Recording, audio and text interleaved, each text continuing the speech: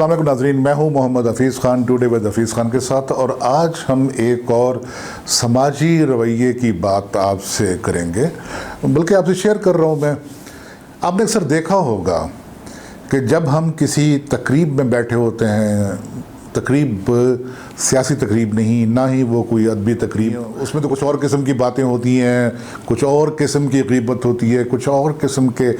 फसाने तराशे जाते हैं और तलाशे भी जाते हैं। लेकिन मैं बात कर रहा हूँ हमारी जो अपनी समाजी तकरीब होती हैं, शादी ब्याह का मामला है, कहीं कोई निकाह है, कहीं खुदा न खास्ता किसी की मर्ग हुई है, वहाँ इकट्ठे हुए हैं, तो वहाँ पर जो एक पसंदीदा तरीन मौजू होता है ना, वो होता है अपने रिश्तेदारों को डिस्कस करना, और ख़ास तौर पर उन रिश्तेदारों को डिस्कस करना कि जो कदरे उनसे बेहतर परफॉर्म कर रहे हैं, समाजी तौर पर बेहतर तौर पर आगे जा रहे हैं, मुतमव्विल हो रहे हैं, तालीम में आगे जा रहे हैं, तो उन पर ये होता है कि वो लोग जो किसी तौर पीछे रह जाते हैं तो वो उनको डिस्कस कर रहे होते हैं। यही होता है ना कि उसकी बेटी को देखा है, जनाब उसने फ़लाँ जगह दाखिला ले लिया है, उसके बेटे को देखा है, उसका बेटा जनाब ये कर गया है, उसने ये कर लिया है, उसने सिफारिश की होगी, उसने फ़लाँ किया होगा, या उसकी बेटी के कपड़े देखे हैं आपने, कैसे उसने बेहुदा से कपड़े पहन रखे हैं, ये कपड़े कोई पहनने के हैं, शरफा की बेटियाँ ऐसे कपड़े नहीं पहनती, देखिए उसने सर पे दुपट्टा नहीं लिया हुआ, देखें उसके जूते कैसे हैं, देखें उसके बाल कैसे हैं। ख़वातीन भी यही बातें कर रही होती बैठी हुई कि पता नहीं इनको क्या आ गया है, इनको अकड़ आ गई है, ये अकड़ खां बन गए हैं, फलां हो गए हैं। और इनके मुकाबले में वो लोग जो उनसे आगे निकले हुए होते हैं, जो कहीं अल्लाह ताला उनको बेहतर पोजीशन दे देता है, तो उनका एक अपना सर्कल होता है, उनके अपने लोग बैठे होते हैं जो उनके हम पल्ला होते हैं, और वो भी अपने उन रिश्तेदारों को, उन क़राबतदारों को डिस्कस कर रहे होते हैं, उनके बच्चों को डिस्कस कर रहे होते हैं कि जो उनसे कहीं पीछे रह गए। उनका शिकवा क्या होता है, देखें जी इन्होंने बच्चों की परवरिश अच्छी नहीं की, देखें जी इन्होंने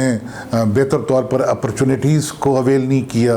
देखें जी इन्होंने मेहनत नहीं की, ये पीछे रह गए, ये फलां रह गए। ये एक समाजी तौर पर हमारे यहाँ एक मुनाफरत का सिलसिला है जो पैदा होना शुरू हो गया है। हम मिलेंगे तो एक दूसरे को कपड़े फाड़ के गले लगा के जनाब क्या हाल है, ये क्या है, और जैसे ही हम गले लग के हटते हैं और कुछ फासले पे जाते हैं तो हमारे पीछे जो पहला कोई जेस्चर होता है या कोई बात की जाती है एक दूसरे से, तो वो हमारी ग़ीबत की जाती है। और हम भी जैसे ही किसी से अलग होते हैं, उससे गले लगने के बाद, उससे मिलने के बाद और कह कहा लगाने के बाद, तो पहला काम यही होता है कि हम उसके बच्चों की, उसकी बीवी की या उसके किसी अपने की हम ग़ीबत कर रहे होते हैं। और ये ग़ीबत का सिलसिला रुकने में नहीं आ रहा होता। इसका सिलसिला एक और भी होता है कि जब हम अपने बच्चों की शादियाँ कहीं और करते हैं, वो रिश्तेदारों में नहीं करते, या वो लोग जो चाहते हैं कि ये रिश्ते उनके यहाँ तय हों, तो वहाँ पर भी एक और सिलसिला होता है ग़ीबत का, एक और सिलसिला होता है नफ़रत का, जो दिलों में तो बसी हुई होती है, लेकिन वो नफ़रत बाहर उस तरीके नहीं आती, बाहर वो एक मुनाफ़िक़त की शक्ल अख्तियार करके सामने आती है कि आपके लबों पे हंसी भी है लेकिन आँखों में तंज छुपा हुआ होता है, चेहरे पे तंज होता है, और जैसे ही कोई पलटता है तो फ़ौरन ही उसकी ग़ीबत, उसका गिला और उसके ख़िलाफ़ कोई ऐसा जहरीला जुमला कि अगर वो भी सुन ले तो फिर वो तड़पता ही रहे। मैं अक्सर सोचता हूँ कि जब हम किसी के बेटे, बेटी, बीवी या किसी के अपने भाई या उनके किसी अपने के बारे में जब हम इस किस्म की गुफ्तगू कर रहे होते हैं, तो क्या हमें उस वक्त अपनी बीवी, अपने बेटे, अपने बेटियां, यानी अपने बच्चे, अपने भाई, अपनी बहनें, क्या उनका हमारे ज़हन में तसव्वुर नहीं होता? जब हम दूसरों के इतने करीबी रिश्तों को डिस्कस करेंगे, उन पर तंज करेंगे, उन पर تیر برسائیں گے نفرت کے اور ان کی اٹھنے بیٹھنے پر، ان کے چلنے پر، ان کے لباس پر، ان کی وضاقتہ پر، ان کی تعلیم پر، اگر ہم یہ اس قسم کی باتیں کریں گے تو کیا ہم حق بجانب ہوں گے؟ یہ سب کچھ کرنے میں ہمارے ذہن میں نہیں آئے گا کہ اگر ہم کسی اور کے بارے میں اس طرح کی نفرت انگیز بات کر رہے ہیں تو ہمیں جواب میں نفرت کے محبت کہاں سے مل سکتی ہے؟ ہم ہر وقت یہی تقاضا کرتے رہتے ہیں، دیکھیں جی وہ کیسا ہو گیا، جی لوگوں کا خون سفید ہو گیا ہے، لوگ جناب ملتے نہیں ہیں، آپس میں محبتیں کم ہو گئی ہیں۔ کبھی ہم نے یہ سوچا ہے کہ ہمارا اپنا خون کیسا ہے؟ کبھی ہم نے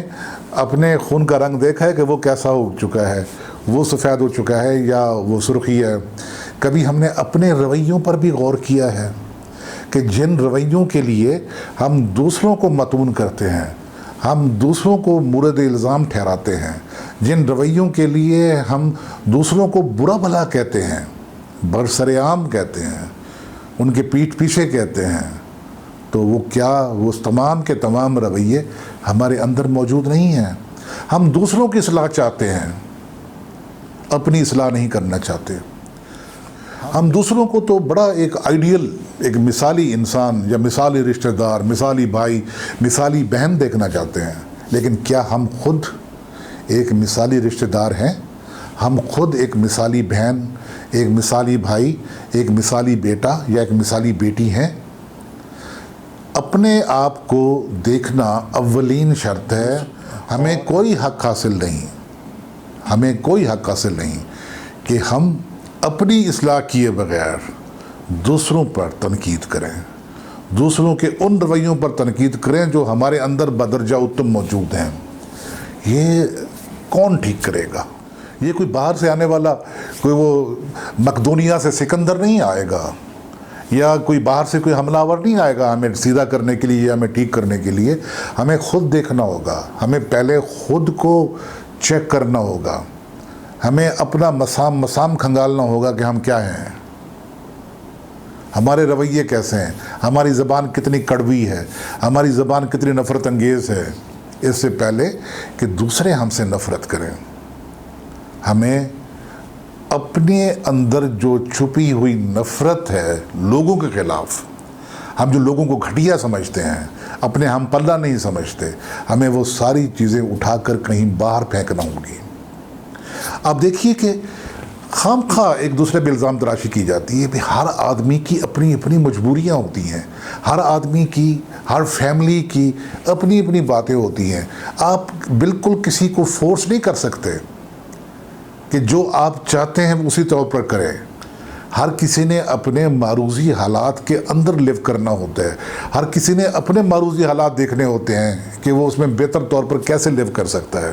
تو ہمارے ہاں یہ ہے کہ اتنے تیر برساؤ طنز کے، اتنی نفرت کرو لوگوں سے کہ وہ آپ کے سامنے گھٹنے ٹیک دیں۔ تو یہ وہ رویے ہیں جو ہمارے سماج کو، ہماری سوسائٹی کو کھوکھلا تو کیا اب بالکل ہی برباد کر چکے ہیں۔ اب انہیں کون ٹھیک کرے گا؟ ہم آپ ہی ٹھیک کریں گے، لیکن ہم آپ ٹھیک کیوں کریں؟ ہم تو نفرت کے تاجر ہیں، نفرت کے بیوپاری ہیں، نفرت پھیلانے میں بڑا مزہ آتا ہے۔ جب تک ہم کسی اپنے جیسے کا وہ گوشت نہ نوچیں، جب تک اس کے خون نہ نکالیں، جب تک اس کو ہم بالکل ہی سماجی طور پر برباد ہوتا نہ دیکھیں، ہمیں سکون نہیں ملتا۔ تو ایسے میں کسی کا بھلا چاہیں یہ کیسے ہو سکتا ہے؟ اگر یہ گفتگو آپ کو اچھی لگی ہو تو اس کو ضرور دوستوں کے ساتھ شیئر کیجیے گا۔ یہ چینل اگر آپ اسے پہلے سے سبسکرائب نہیں کر چکے ٹوڈے ود حفیظ خان کو تو ضرور سبسکرائب کیجیے گا، اور بیل آئیکن کا بٹن پریس کر دیا کرے تاکہ آنے والے نوٹیفیکیشن بھی آپ تک پہنچتے رہیں۔ اجازت دیجیے محمد حفیظ خان کو، فی امان اللہ۔